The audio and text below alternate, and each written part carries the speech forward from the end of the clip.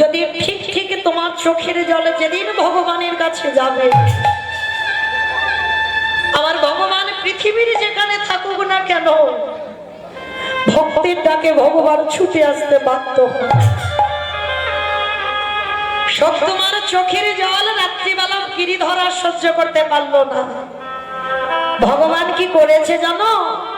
শাশুড়ি মার রূপটা ধারণ করেছে। শাশুড়ি মার রূপটা ধারণ করে দরজায় এসে ধাক্কা দিচ্ছে, বৌমা। কণ্ঠটা শাশুড়ির মতো করেছে ভগবান, বৌমা দরজা খোলো।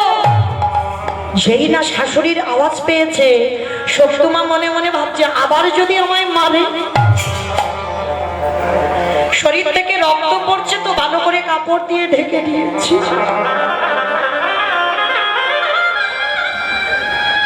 দরজা খুলে দিয়েছে, আর দরজা খুলে দিতে ভগবান শাশুড়ি সেজে সত্যমায়ের মাথাতে সবে হাতটা বুলিয়েছে।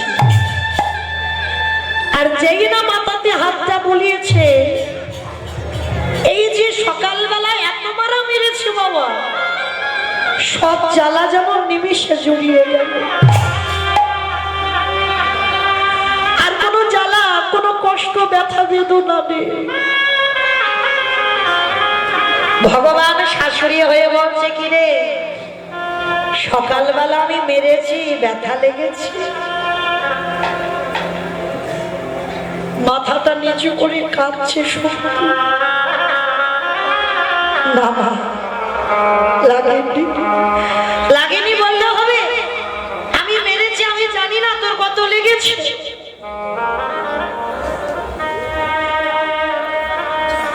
ভগবান শাশুড়ি হয়ে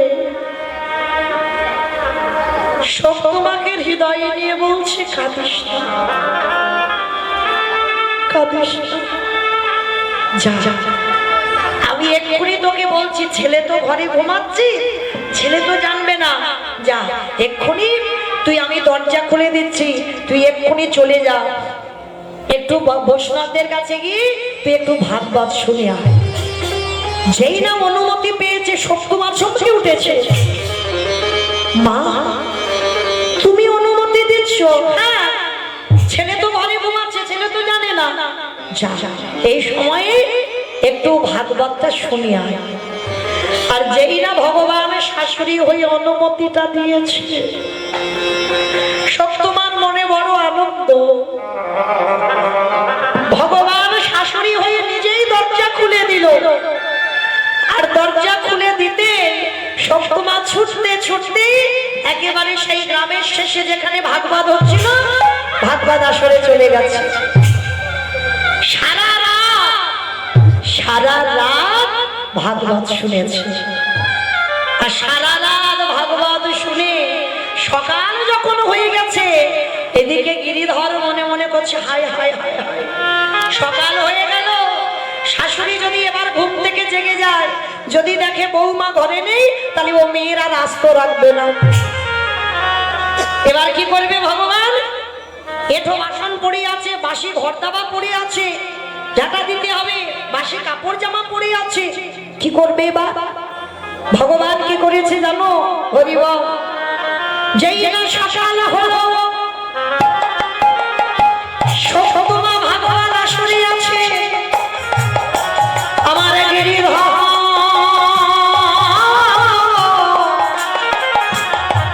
ওই সত্যমায়ের হয়ে এঠো বাসন ভগবান নিজের হাতে ধুয়ে মেজে দিল।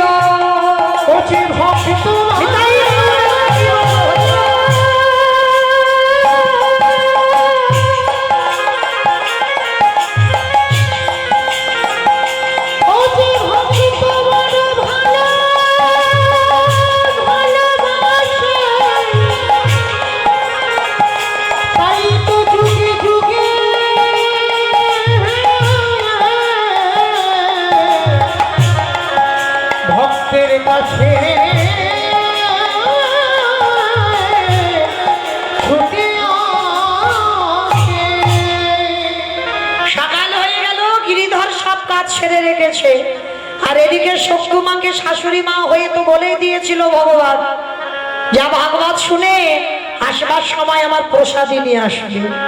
আর শক্তিমা ওই প্রসাদীটা নিতেই বাবা সকাল হয়ে গেছে। আর ওই সকালে যেই না হয়েছে, শক্তিমা ছুটতে ছুটতে বাড়িতে আসছে, আর এদিকে শাশুড়ি মা সকালবেলা গিয়ে দেখছে বৌমা দরজা খোলা। ছি ছি ছি ছি ছি ছি ছি, আমার অনুমতি ছাড়া ও মেয়ে ভাগবত আসরে চলে গেল। ছেলেকে ডেকেছে, ছেলেকে সব নালিশ জানালো। বৌমা ঘরে ঢুকলেই ওকে আবার মারবে। ভগবানের লীলাটা দেখেন কেমন। মা শাশুড়ি মা বেতের বাড়ি নিয়ে দরজার ধারে বসে আছে, আর এদিকে শক্তিমা তো জানে না, সে তো শাশুড়ির অনুমতি নিয়ে গেছে। সে কি জানে যে ভগবান শাশুড়ি হয়েছিল?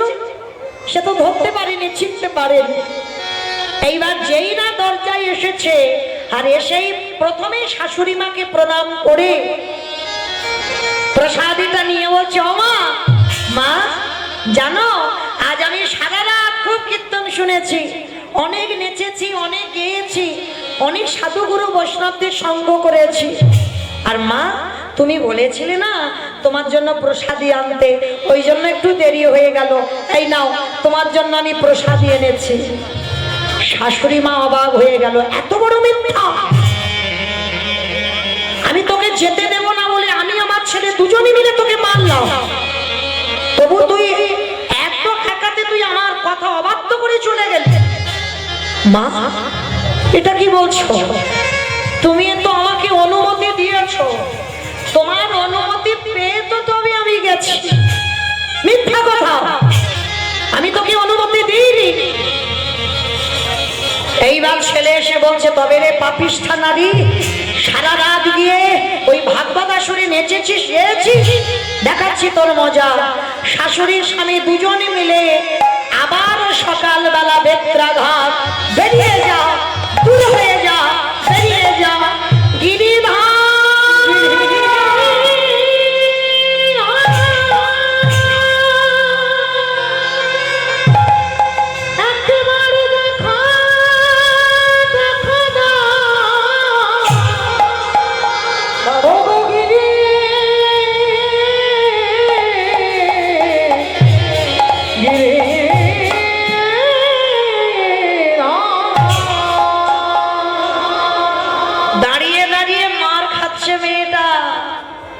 একদিকে স্বামী মারছে, একদিকে শাশুড়ি মা মারছে,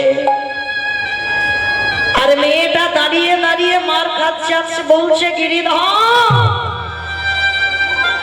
আমি সব বুঝতে পারলাম।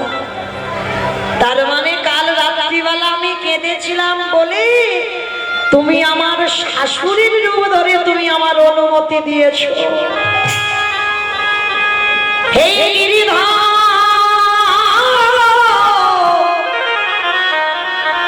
সেই যদি তুমি আমায় দর্শন দিলে,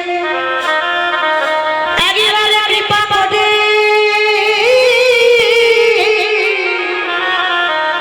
কৃপা করে একেবারে সবার সামনে তুমি পাশে নিয়ে দাদা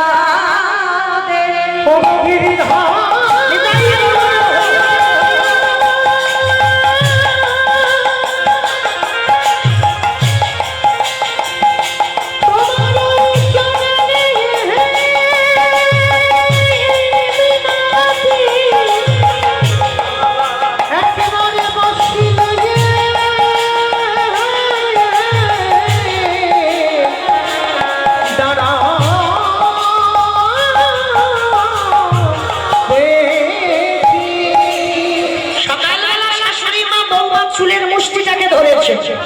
এই মেয়ে, এখন বাসনগুলোকে মাজবে, কাপড় জামাকে ধোবে, বাসি ঘর বাড়িকে পরিষ্কার করবে। চুলের মুষ্টিটা ধরে যেই না যেখানে কল ধারে এঁটো বাসন থাকে, যেই না চুলের মুষ্টিটা ধরে নিয়ে গেল, গিয়ে দেখলো মা এঁটো বাসন পড়ে নাই। সেই বাসনে যেন কে মেজে ধুয়ে পরিষ্কার করে রেখেছে। ঘর বাড়ি বিছানা পরিষ্কার, জামা কাপড় ধুয়ে মেলে দিয়েছে। শাশুড়ি মা চমকে উঠেছে, এটা কি করে হয়, এটা কি করে সম্ভব? আমি তো কাজ করিনি, আমার ছেলে করেনি, তাহলে করলো কে? আর জানতে বাকি হয় মা কাজগুলো কে করতে পারে। সত্যমা বসে বসে কাঁদছে আর বলছে, গিরিধর তুমি আমাকে মার খাইয়েছ, খাওয়া আমার এতটুকু কষ্ট নয়, কিন্তু সেই যখন তুমি এই বাড়িতে এসেছো, তাহলে আমার শাশুড়িকে কৃপা করো, একবার আমার স্বামীর মন মতি যেন তোমার রাতুল চরণে চলে যায়। কি গো, যে স্বামী নাস্তিক, যে শাশুড়ি নাস্তিক ছিল, তাদের আজকের দুর্দশা কেমন দেখো। প্রভু তুমি যদি মনে করো পৃথিবীটাকে একটা সেকেন্ডে লয় প্রলয় করে দিতে পারো, তোমার ইচ্ছাতে মরা গাছে ফুল ফোটে, তোমার ইচ্ছাতে শুষ্ক গাঙে উজান বয়, তাহলে তুমি যদি মনে করো আমার পরিবারটাকে তুমি কৃষ্ণ ভক্তের পরিবার করতে পারো না, এরা তো তোমায় ভালোবাসে না, তাহলে এমন কিছু করো যাতে এরা আজকে থেকে তোমায় সাক্ষাতে দেখে ভালোবাসে। গিরিধর মনে মনে চিন্তা করলো, আর মেয়েটাকে কষ্ট দেব না। এইবারে বাঁকা করে বাঁকা হাতে আমার গেল শশী, ওই তোমার শ্বশুর ঘরে এসে মুরলি হাতে দিয়ে দাদা গায়েছে, ও যে ভক্ত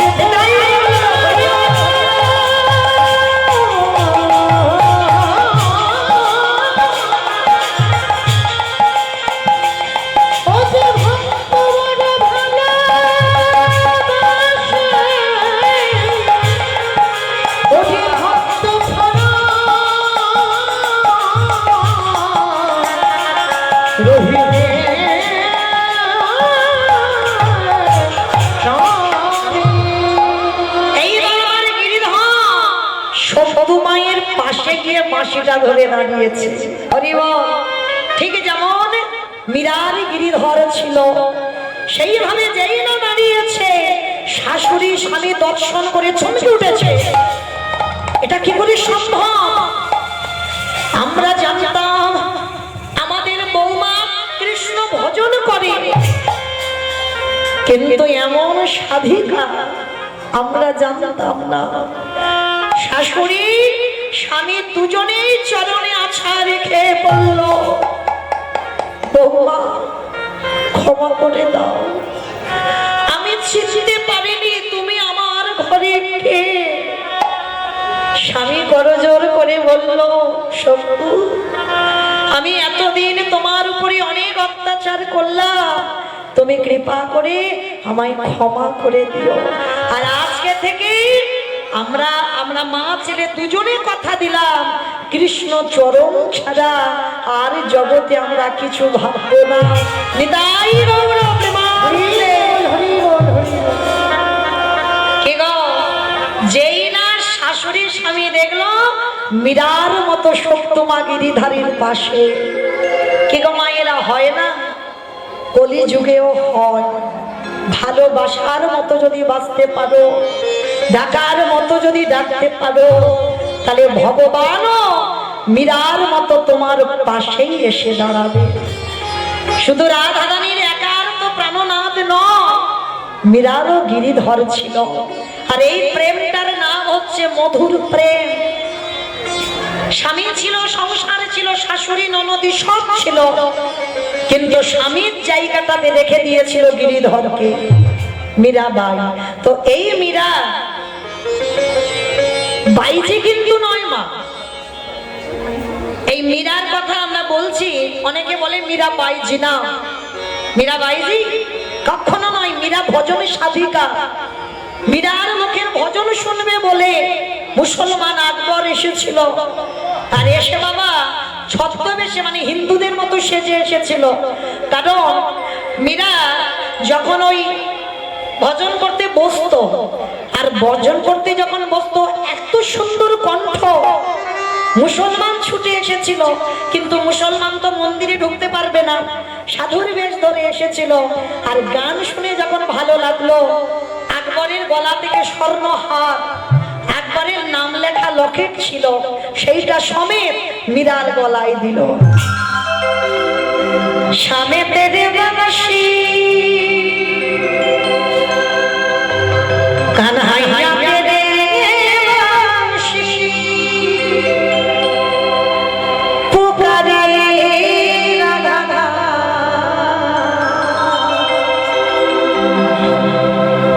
লোক করে কে রাধা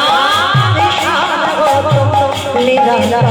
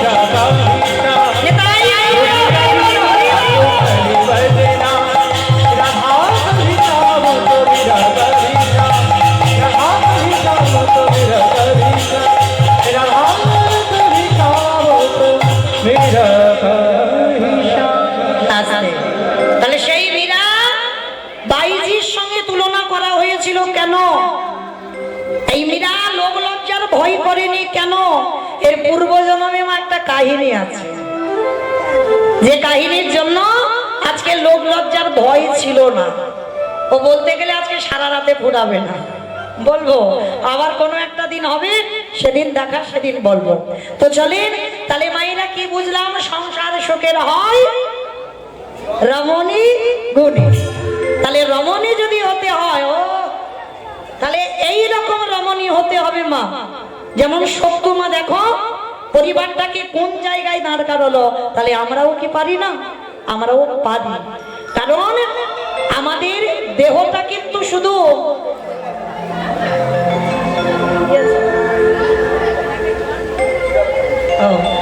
আমাদের দেহটা বাবা শুধু ছেলে পুলে মানুষ করবে, স্বামী সেবা করবে নয়। এই দেহটা কৃষ্ণ ভজন করবার জন্য। পা দুটো যাবে তীর্থে, হাত দুটো গোবিন্দ সেবা লাগবে, কর্ণ কৃষ্ণ নাম, জিহ্বা বলবে কৃষ্ণ নাম, আর এই নয়ন দুটো ভগবানের চরণ দর্শন। মানে সর্ব অঙ্গ দিয়ে যেন গোবিন্দ সেবা হয়, তারপরে তোমার মনুষ্য জনমটা ধন্য হবে। কারণ মনে রাখতে হবে বাবা, মানুষের সন্তান মানুষ হয় না। কারণ মানুষের মতো দেখতে হলে তো মানুষ হবে না। কি বাবা ভুল বললাম? মানুষের মতো দেখতে হলে মানুষ হবে? সবার আগে দরকার তার মনুষ্যত্ব জ্ঞান।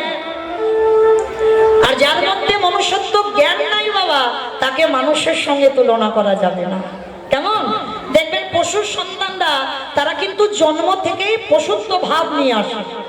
কিন্তু মানুষ, এই জগতে অনেক মানুষ আমরা আছি, কিন্তু সবাই মানুষ নয়। আমাদের মধ্যে যাদের যাদের মধ্যে মনুষ্যত্ব জ্ঞান থাকবে, তাদেরকে মানুষের সঙ্গে তুলনা করেছে। কেন বলছি বাবা? যেমন দেখো, পশু পাখি খায়, আমরাও খাই। পশু পাখি ঘুমায়, আমরাও ঘুমাই। পশু পাখি সন্তান হয়, মানুষেরও হয়। পশু পাখি সকালবেলা খাবারের জন্য বেরোয়, আমরা মানুষ রোজগারের ধান্দায় বেরোই। তাহলে সবটাই তো মিল আছে। তাহলে ওদেরকে বললো না দুর্লভ, আমাদের জন্য ওটাকে দুর্লভ বলছে কেন? যেটা আমাদের মধ্যে আছে সেটা ওদের মধ্যে নাই। কারণ আমাদের এই বদনটা দিয়েছে, আমরা কৃষ্ণ নাম বলতে পারি। এই জিহ্বাটা দিয়েছে, ভগবানের নামে উলুধ্বনি দিতে পারি, তাই না? কারণ পশু পাখি দেখে, আমরাও তো দেখি, কিন্তু এক জায়গায় তফাৎ। আমরা হরি বলতে পারি আর ওরা হরি বলতে পারে না। তাহলে এই জনম যখন পেয়েছো মা, এমন কর্ম করো, মনেও তো হয় এই জনম হয়তো আমার শেষ, এরপরেই হয়তো আমার ভগবান ধামেই লাভ হবে। কিন্তু এমন আমরা কর্ম করবো না বাবা, যেন আবার আমার ৮০ লক্ষ জনিতে ফিরতে হয়। ৮৪ লক্ষ জনি ভ্রমণ তো, ৪ লক্ষবার মানব জনম। তাহলে এমন কোনো দিন কোনো কর্ম করবে না যেন আমাদের আবার ৮০ লক্ষতে ফিরে যেতে হয়। এইটা সবাইকে বলে যাচ্ছি, মনে রাখতে হবে। কারণ এই মনুষ্য জনম অনেক সাধনার জনম। এই জনম থেকে যেন আবার আমাদের কীট পতঙ্গে যেতে না হয়। হরি বল। তাহলে মনে রাখতে হবে। ওই জন্য বাবা কত সুন্দর একটা গান লিখেছে দেখো।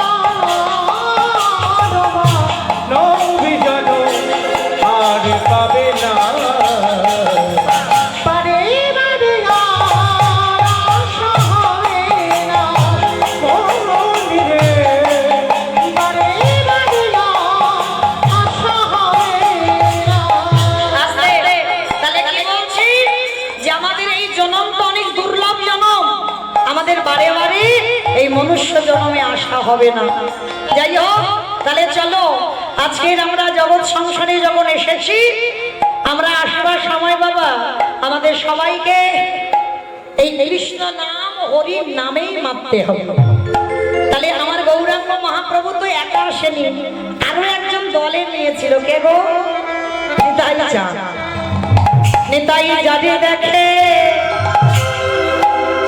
তাদের বলে দমতে তেরি না ধরি ধরি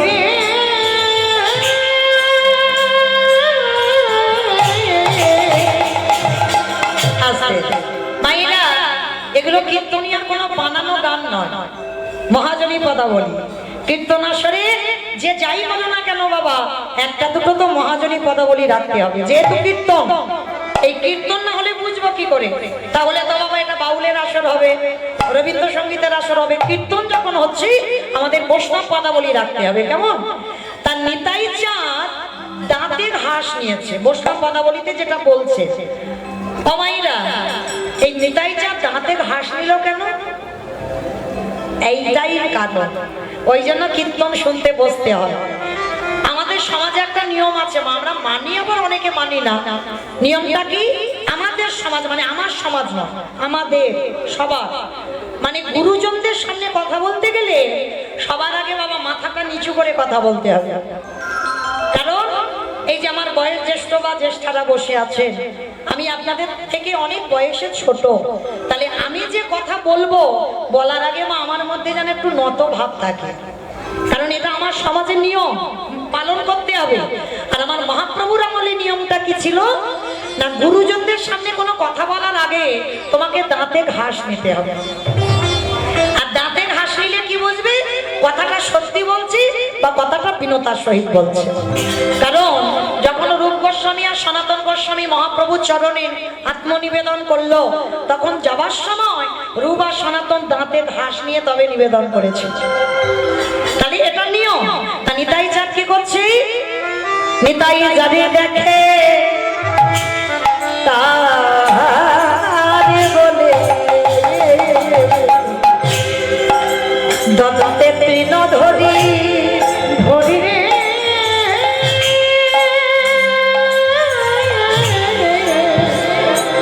নিতাই যারে দেখে তারে বলে আগে দন্তে ছিল ধরি তোমরা আমারে আমি বলছি না, কিন্তু নিতাই চাঁদ বলছে।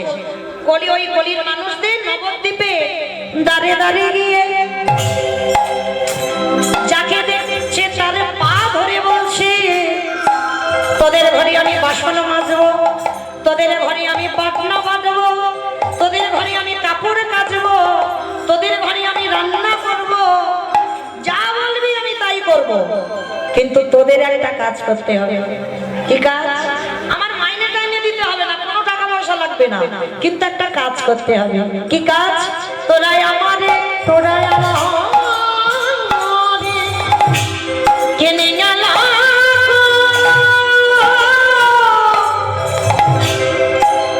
মাইনে লাগবে না, তাহলে কি লাগবে?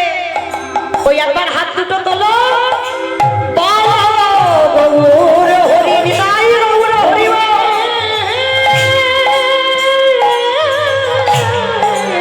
তোরাই আমারে কিনিয়া না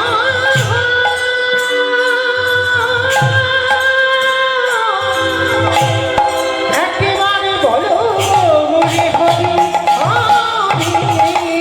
আস্তে আমার নিতাই চাঁদ আপনাদের এই বইটাতে এসেছে, এসে কি করছে জানো? পাইকারি পাইকারি ভালো করে কীর্তন শুনবেন, বলেছি প্রথমে কীর্তন নারকেল, পাইকারি। আচ্ছা বাবা, আপনাদের এই গ্রামে চাষবাসটা হয় তো? হয়। আচ্ছা, এই জমি থেকে ফসল তুলে যখন এক জায়গায় দোকানে দেন তাকে কি বলে? সেল বলে, সেল। সেল বলে নাকি? কি বলে? পাইকারি। বেশ, পাইকারি। কি বলে? পাইকারি দেওয়া, তাই তো? একসঙ্গে সবজি দেওয়া হচ্ছে, যা কিছু দাও মানে পাইকারি দাও, পাইকারি দোকান, পাইকারি।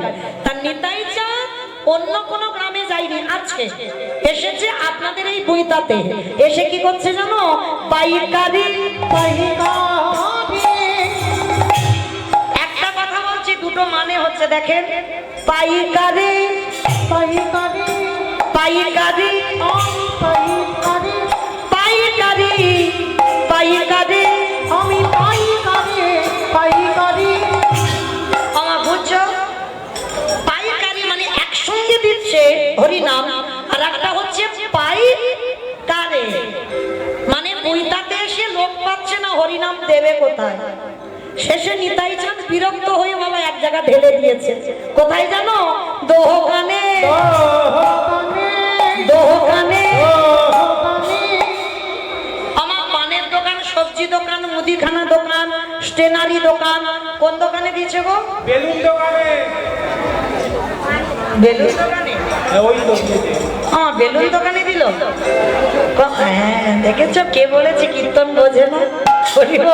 দোকানে, এই দোকানে, এই দোকানে যারা দোকান